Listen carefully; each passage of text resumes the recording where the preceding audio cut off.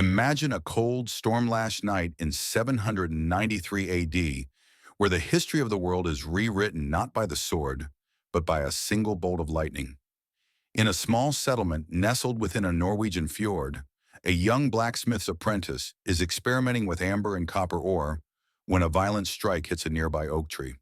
Instead of cowering, he notices a strange invisible hum vibrating through the wet metal rods in his workshop. He has accidentally captured the breath of Thor, the first spark of harnessed electricity.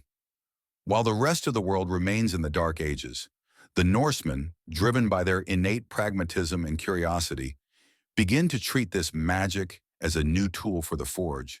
Crude batteries made of clay jars, briny seawater, and layered metal plates start to glow in the longhouses, replacing flickering tallow candles with a constant, eerie light that allows for work and invention through the endless Arctic winters. The transformation is swifter than a raiding party.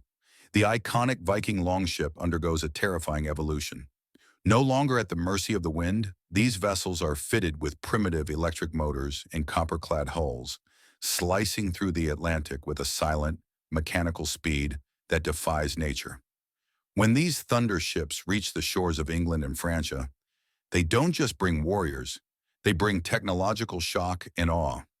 Imagine a Viking shield wall where the iron rims hum with a lethal current, or coastal watchtowers that signal across the seas with blinding arc lamps.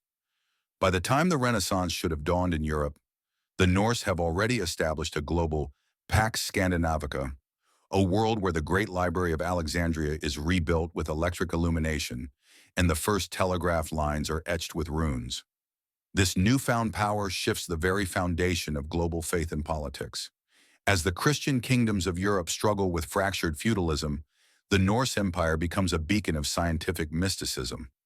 They don't see electricity as a replacement for their gods, but as the ultimate gift from them.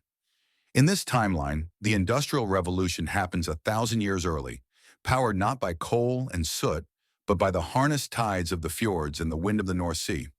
Great cities of marble and electrified wood rise in Vinland, across the American continent, connected by copper wires that carry the voices of skalds across thousands of miles. The Middle Ages become an era of unprecedented exploration, where Viking explorers don't just find the New World, they map the stars using primitive electric telescopes. However, such power comes with a dark side. The Viking spirit of conquest, now amplified by high-voltage weaponry, creates an empire that is nearly impossible to overthrow. Resistance is met with the wrath of the heavens, early versions of railguns and electrified fortifications that make traditional castle walls obsolete. The social hierarchy of the North changes too. The thralls or slaves are no longer needed for manual labor as basic machines take their place. But the gap between the techno-jarls who control the power grids and the common folk grows wider. The world becomes a beautiful, glowing, yet dangerous landscape where Norse law is absolute, enforced by the hum of the electron rather than the weight of the axe. As we look at this alternate 2026, we see a world that is unrecognizable. There was no Roman Catholic dominance, no French Revolution, and no British Empire. Instead, the globe is a network of Norse commonwealths. Skyscrapers shaped like world trees reach into the clouds, their neon blue runes flickering against the night sky. We travel in maglev trains designed like sleek metallic serpents, and our digital cloud is known simply as Mimir's Well. This isn't just an empire of conquest, it's a high-tech Norse enlightenment where the power of the gods is held in the palms of men, forever silencing the bells of the old world with the crackle of the new.